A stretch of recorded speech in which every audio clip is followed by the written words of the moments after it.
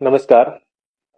ભારતીય હવામાન વિભાગની આગાહી અનુસાર આગામી દિવસો ખાસ કરીને 31મી તારીખે, 1લી અને 2જી તારીખે પાટણ જિલ્લામાં તેજ પવન સાથે ભારેથી અતિ ભારે વરસાદ થવાની પૂરેપૂરી શક્યતા છે.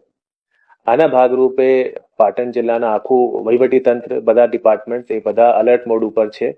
અમારા બધા તાલુકાઓમાં એક ક્લાસ 1 ઓફિસર પણ નિમણૂક છે અને દરેક તાલુકામાં કંટ્રોલ રૂમ પર કાર્યરત છે. જિલ્લાના સંવેદનશીલ નીચાણવાળા વિસ્તાર અને નદી કાંઠાની નજીકના વિસ્તારોમાં ખાસ મોનિટરિંગ કરવામાં આવી રહી છે. હું પાટણ જિલ્લાના તમામ નાગરિકોને અપીલ કરું છું કે આ દિવસો વચ્ચે તમે બિનજરૂરી મુસાફરી ટાળો. નદી કાંઠા નજીક, તળાવો નજીક અને જે રોડ ઓવરટોપિંગ થઈ ગયું છે એમાંથી પસાર થવા ટાળો.